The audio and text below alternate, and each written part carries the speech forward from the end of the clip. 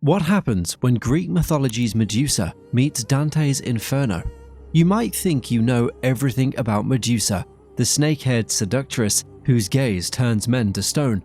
But how does she fit into Dante's epic journey through hell? This is one of the most fascinating crossovers in literature and mythology, Medusa in Dante's Inferno. So, what is the interesting role Medusa plays in this medieval masterpiece? Let's find out. Alright, let's dive into Dante's Inferno, the first part of the Divine Comedy, a 14th century epic by Dante Alighieri. It tells the story of Dante's journey through hell, guided by the Roman poet Virgil. Hell is divided into 9 circles, each representing different sins and their punishments. In Dante's version, hell is a horrifying place filled with nightmarish creatures and endless suffering.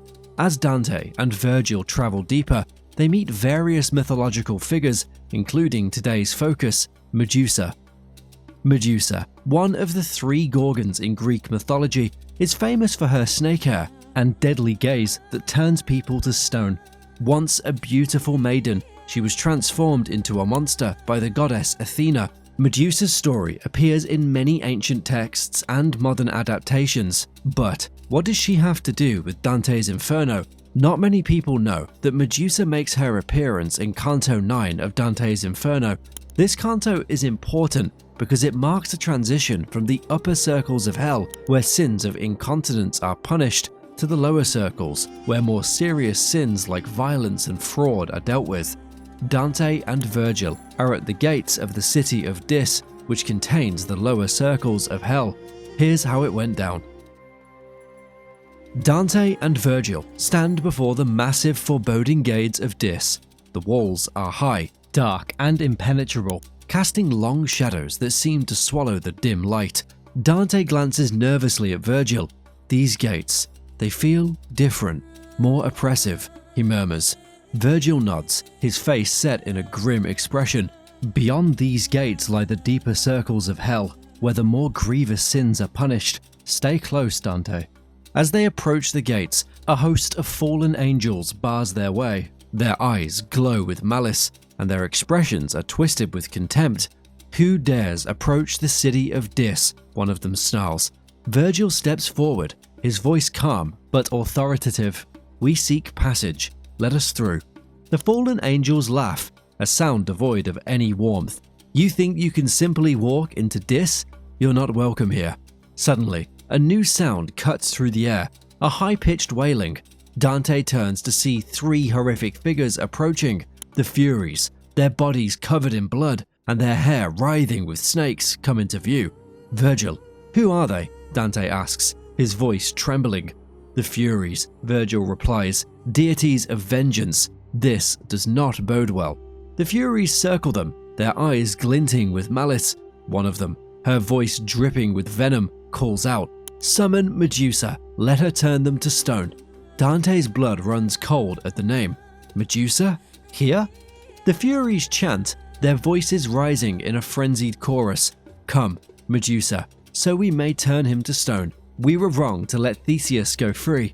Virgil acts swiftly. He grabs Dante by the shoulders and turns him away from the gates.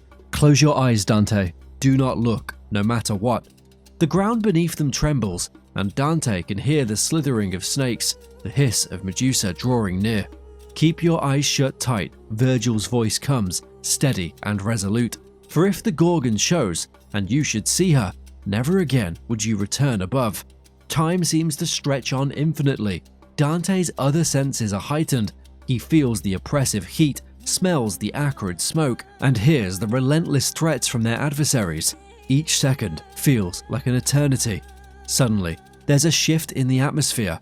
A bright, blinding light pierces through Dante's closed eyelids, and he hears the anguished cries of the fallen angels and the Furies. The ground stops trembling, and the air seems to clear. You can open your eyes now, Virgil says, his voice softer. Dante cautiously opens his eyes.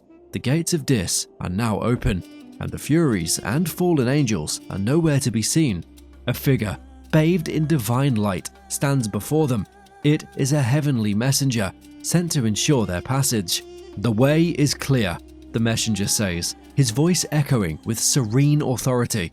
Dante and Virgil exchange a relieved glance. The immediate danger has passed, but the memory of Medusa's threat lingers in Dante's mind, a reminder of the perilous journey that lies ahead. "Let's move forward," Virgil says, his voice gentle but firm. "We have much more to face."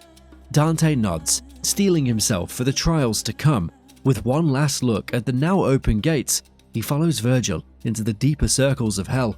The path ahead is dark and uncertain, but Dante knows he must press on. As they step forward, the echoes of the Furies' chants and the memory of the divine intervention linger in the air, a haunting reminder of the constant peril they face. The journey into the heart of darkness continues, each step taking them deeper into the unknown. Sure, Medusa never actually shows up, but this mention alone is pretty interesting. Now, why does Dante include Medusa in the journey through hell? Well, Medusa represents the danger of despair and hopelessness. In the context of Dante's journey, looking at Medusa succumbing to despair would mean being trapped in hell forever, unable to continue the journey toward redemption and enlightenment.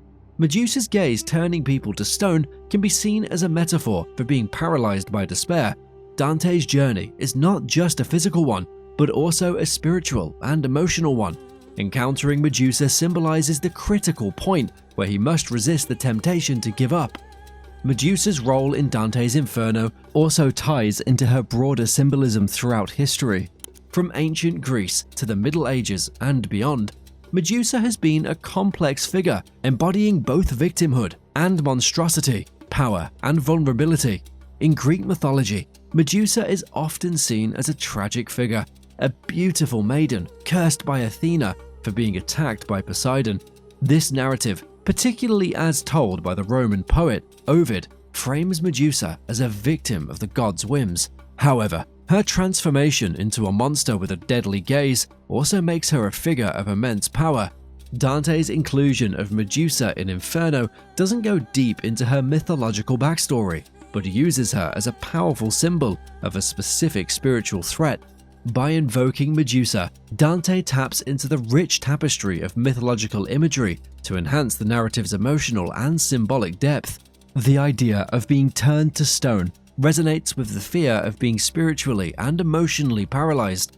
Dante must confront and overcome this fear to continue his journey through hell and ultimately reach redemption.